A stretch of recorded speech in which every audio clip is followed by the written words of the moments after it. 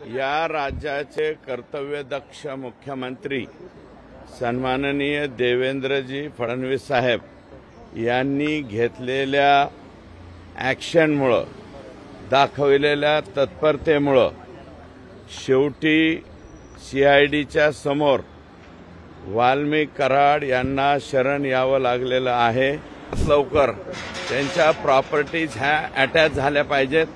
Properties attach झाल्याशिवाय अन्य गुन्हे जे हे आका करत होते ते उघडे पडणार नाहीत। यांच्या प्रॉपर्टीज सीज झाल्याच पाहिजेत। आका शरण आलेले आहेत। शरण आलेले आका हे 100% जर 120 मध्ये तर येतीलच, पण माझा अंदाज आहे हे जर काही त्यांनीही व्हिडिओ कॉल पाहिला असेल तर ते सुद्धा 302 मध्ये या ठिकाणी येऊ शकतात। राजकीय हेतू पुरस्पर हे ते आता हे जोडायचे उद्योग झाले। कशाचं राजकारण आणि कशाचं काय? आम्ही कोणी राजकारत्यांनी तुम्हाला सांगितलं होतं का इतक्या चुकीच्या पद्धतीने संतोष देशमुखला मारा म्हणून? उगाच आपलं स्वतःच्या अंगावर आल्याच्या नंतर काहीतरी बोलायचं म्हणून ते बोलतायत। काल येऊन मुख्यमंत्र्यांना भेटतात आणि आज आरोपी सरेंडर होतो। धनंजय मुंडे भेटल्यानंतर सरेंडर होतो। हे तुम्ही धनंजय मुंडे साहेबांनाच विचारलेलं बरं राहील, मला न विचारलेलं बरं। या राज्याचे कर्तव्यदक्ष मुख्यमंत्री सन्माननीय देवेंद्रजी फडणवीस साहेब यांनी घेतलेल्या ॲक्शनमुळे दाखवलेल्या तत्परतेमुळे शेवटी सीआयडीच्या समोर वाल्मिक कराड यांना शरण यावं लागलेलं आहे।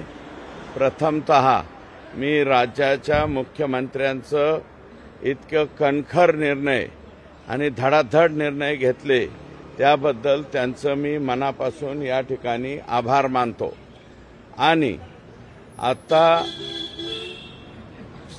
त्यांच्या प्रॉपर्टी सीज करण्याच्या संदर्भात जे सीआयडी म्हणजे परत सीआयडीचे आयजी, त्यांचे एसपी, डीवायएसपी आणि अन्य सहकारी ज्यांनी त्यांच्या पाठीमागं फार जोरामध्ये लागले आणि त्यांना शरण येण्यास भाग पाडलेलं आहे।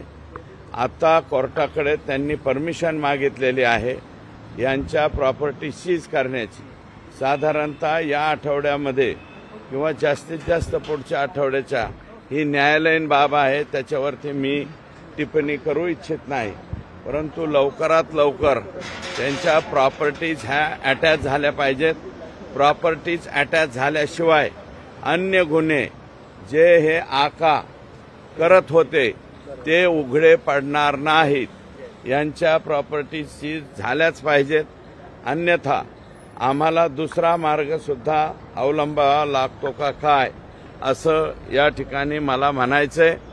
आणि या ठिकाणी आणखी 3 आरोपी ज्यामध्ये सर्वात सुदर्शन घुले हा जो प्रमुख आरोपी आहे, ज्याने सुरुवातीला संतोष देशमुख यांना गाडीच्या खाली खेचून डायरेक्ट तिकडे गाडीमध्ये त्यांच्या गाडीमध्ये कोंबलेला आहे। मारहाणीमध्ये सुद्धा सर्वाधिक जास्त तो आणि प्रतीक घुले या दोघांनी त्या ठिकाणी जास्त ॲक्शन घेतलेली आहे। विष्णू चाटे हा आता सध्या 120 मध्ये घेतलेला आहे, परंतु त्याला जर व्हिडिओ कॉलिंग करून दाखवली असेल तर तो सुद्धा याच्यामध्ये 302 मध्ये येईल। आणि हे जे आका शरण आलेले आहेत, शरण आलेले आका हे 100% जर 120 मध्ये तर येतीलच, पण माझा अंदाज आहे हे जर काही त्यांनीही व्हिडिओ कॉल पाहिला असेल तर ते सुद्धा 302 मध्ये या ठिकाणी येऊ शकतात.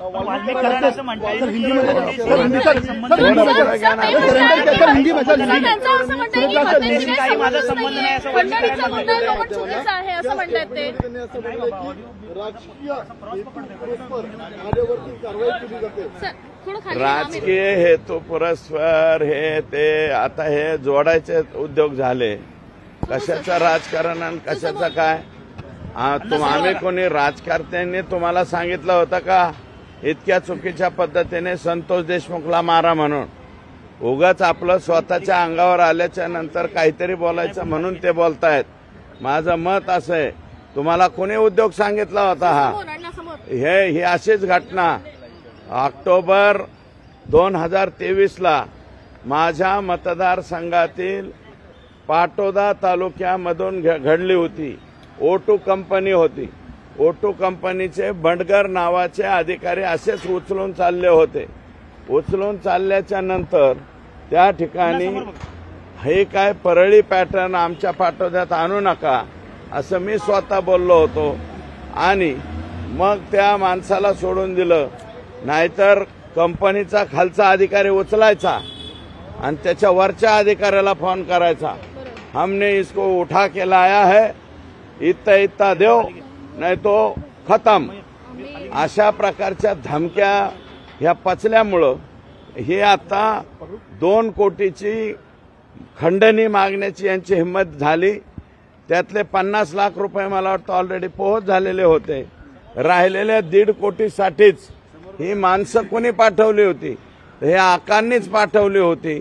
त्याच्यामुळं आका ऑटोमॅटिकली मला वाटतं या गुन्ह्याच्या बाहेर राहतील असं मला वाटत नाही. वाल्मीकि कराड ने सरेंडर किया है, क्या कहेंगे? हिंदी में जाना चाहेंगे. वाल्मीकि कराड ने आज सरेंडर किया है. वाल्मीकि कराड ने आधी माय मराठी हिंदीत नंतर हिंदीवाले खाली करत. कार्यकर्ते पोचतात पण कराड कुठे पोलिसांना माहिती नसतं, यंत्रणेला माहिती नसतं. सरेंडर व्हायच्या आधी कार्यकर्ते आधी पोचतात. कम्युनिकेशन सुरू होतं का कार्यकर्ते? याच्या मौका तर माननीय मुख्यमंत्री महोदयांनी मौक्याची घोषणा केलेली आहे. त्याच्यामुळे या केसमध्ये 302, 120B, खंडणी आणि मौका हे सर्वच्या सर्व गुन्हे त्या ठिकाणी या सगळ्या आरोपींच्या वरती लागणार आहेत. हे मी नाही, राज्याच्या सर्वोच्च व्यक्तीने ही घोषणा केलेली आहे. त्याच्यामुळे मौका लावण्याचा प्रश्नच येत नाही. मौका ऑटोमॅटिक काल येऊन मुख्यमंत्र्यांना भेटतात आणि आज आरोपी सरेंडर होतो. धनंजय मुंडे भेटल्यानंतर सरेंडर होतो. हे तुम्ही धनंजय मुंडे साहेबांनाच विचारलेलं बरं राहील, मला न विचारलेलं बरं. आज समर्पण करणं म्हणजे मी आता काहीही चूक केलेली नाही. मी आता माननीय मुख्यमंत्र्यांकडे गेलो होतो. ते फक्त जे खाली आपल्या ह्याच्यापुरते जामीनपुरते जे सरकारी वकील नेमलेले आहेत त्याच्यामध्ये एका शब्दाची त्रुटी आहे, ती त्रुटी दूर करावी अशा प्रकारची विनंती करायला मी त्यांच्याकडे गेलेलो. सरकारवरती आरोप होते, सरकारची प्रतिमा बली, राजीनामा द्यावा. त्यांचा राजीनामा घेण्याचा न घेण्याचा प्रश्न हा माननीय अजितदादा पवार साहेब यांचा कंप्लीट आहे. त्याच्यामुळे त्याच्यावरती मी फारसं काय बोलणार. सरकारचं नाव खराब होतंय, सरकारचं नाव खराब होतंय तर मी फार छोटा माणूस आहे. मी एका 2.25 तालुक्याचा आमदार आहे. मी या बाबीवर निर्णय करू शकत नाही. वाल्मीकि कराड यांनी एक व्हिडिओ जो प्रसारित केला त्यामध्ये ते म्हणतात की खटला नाही, आधी मराठी होऊ द्या मग हिंदी मिळेल. मागणी केलेली आहे त्या संदर्भात तुम्ही बोलता. उज्ज्वल निकम हो, उज्ज्वल निकम साहेब यांची सरकारी वकील म्हणून याच्यामध्ये नियुक्ती करावी असंही पत्र माझं आहे आणि मी त्याच गोष्टीसाठी इथं आलेलो आहे. आता साहेब मला आत्ता भेटणार नाहीत. उद्या सकाळची किंवा 10-11 वाजेपर्यंतची वेळ मिळेल.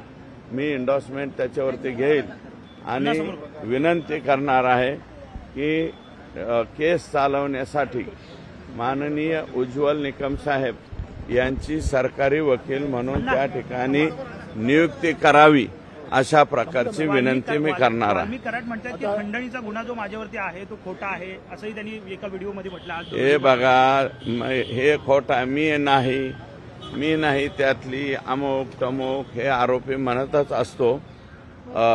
ते आता सगळं काही उघड, पोलीस आहेत, ते सीआयडी आहे, सीआयडीचे आयजी साहेब ज्यांच्या अध्यक्षतेखाली ही SIT नेमलेली, ते आता बघतील ना.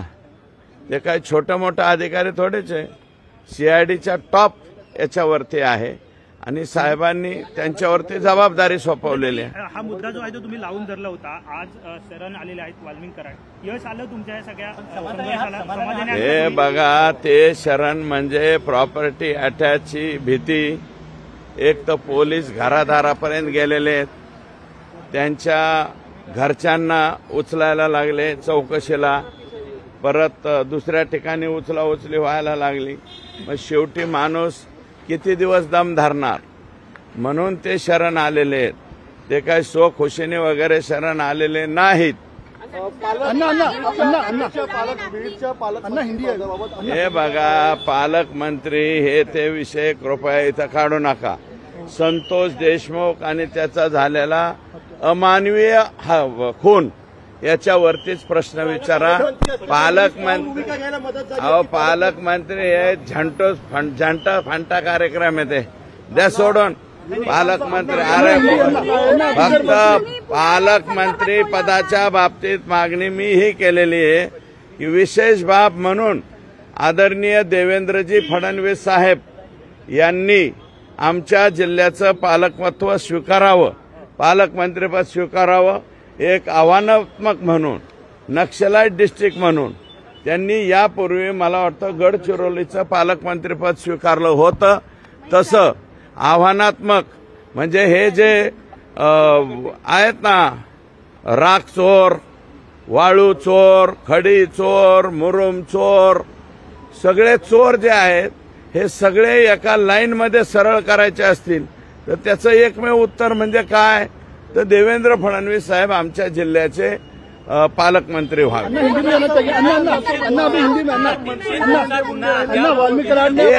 एक मी सगळ्याचे चार जण बोलल्यावर मी काय बोलू शकतो इकडून. हा,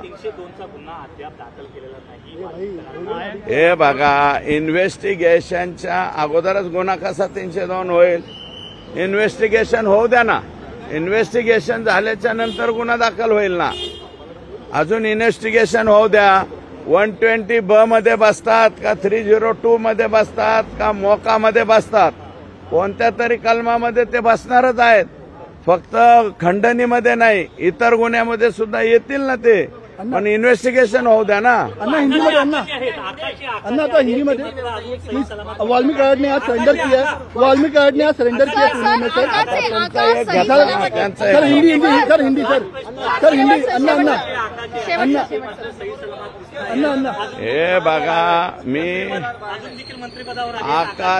आकांवरती मी बोललेलो नाही, त्यांच्या पक्षाचे मंत्री बोललेले आहेत. माझं म्हणणं एकच आहे, आकांना किमान हे इन्व्हेस्टिगेशन होईपर्यंत आणि हे चार्जशीट दाखल होईपर्यंत आकांना बिन खात्याचं मंत्री करावं अशी त्यांच्याच पक्षाचे आमदार प्रकाश सोळंके यांची मागणी आहे. वाल्मीकि कराड ने आज सरेंडर किया पुणे में. अन्ना सीआईडी के सामने कई दिनों से फरार चल रहे थे, आप लोग लगातार मांग कर रहे थे गिरफ्तारी की जानी चाहिए, क्या कहेंगे? मिलने के लिए पहुंचे मुख्यमंत्री साहब. क्या वाल्मीकि कराड ने आज पुणे में सरेंडर किया है. वाल्मीकि कराड ने सरेंडर किया है, पूरे सरेंडर प्रक्रिया पे क्या कह रहे हैं? सरेंडर प्रक्रिया पे इस राज्य के मुख्यमंत्री, कर्तव्यदक्ष मुख्यमंत्री, जिन्होंने लगातार कुछ स्टेप्स बहुत जल्द उठाए हैं, वो जल्द स्टेप्स उठाने की वजह से, इनकी प्रॉपर्टी के अटैचमेंट शुरू होने की वजह से और पूरी तरफ से उनको ये जो आका है, आका को पूरी तरफ से फिक्स करते हुए उनकी गर्दन तक जब पुलिस गई तो फिर वो बाहर आके बोल रहे हैं कि हम सरेंडर हुए हैं। वो सरेंडर नहीं हुए, और वो इनको जो गिरफ्तारी हुई है, इसलिए मैं राज्य के मुख्यमंत्री देवेंद्र जी फडणवीस साहब का आभार मानता हूँ। सर आपने मुलाकात की है मको का मेरी मांग मैंने सभागृह में की है, और उसी सभागृह में देवेंद्र जी ने फडणवीस साहब ने मौका लगाने की घोषणा की है। ऑटोमेटिक इस जो पूरी घटना है, इन सब घटना में ये जो है मौका लगने वाला है। धनंजय मुंडे के काफी करीबी बताए जाते हैं, आप लोगों ने धनंजय मुंडे पर भी जो आरोप लगाए, आप क्या चाहेंगे जब तक जांच पूरी न हो तब तक जो है मंत्री पद से? जब तक जांच न हो जाए, मैंने नहीं मांग की, राष्ट्रवादी कांग्रेस पार्टी के ही एमएलए हैं हमारे डिस्ट्रिक्ट के प्रकाश सोलंकी, इन्होंने मांग की है कि जब तक इन्वेस्टिगेशन नहीं होता, चार्जशीट दाखिल नहीं होता, और चार्जशीट दाखिल होने के बाद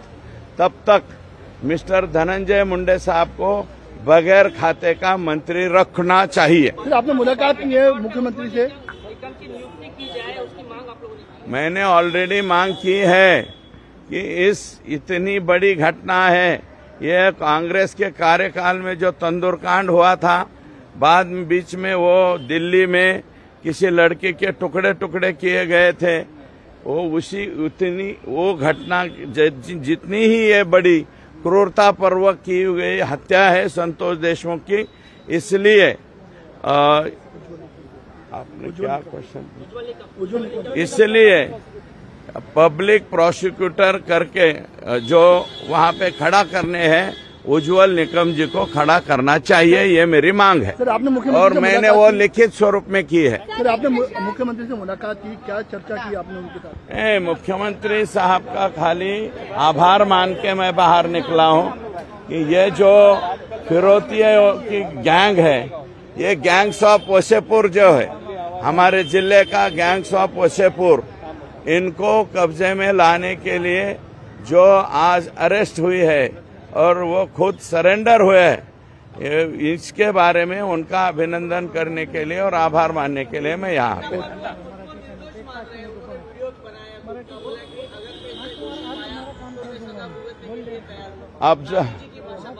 अफजल गुरु ने भी खुद को बोला था क्या मैंने गुनाह किया था? अजमल कसाब बोला था क्या मैंने गुनाह किया था? कोई जो भी ये करता है, गुनाह करता है, वो पहले यही बोलता है मैंने कुछ नहीं किया, मैंने कुछ नहीं। ऐसा थोड़ी है, जांच में सब बाहर आ जाएगा ना।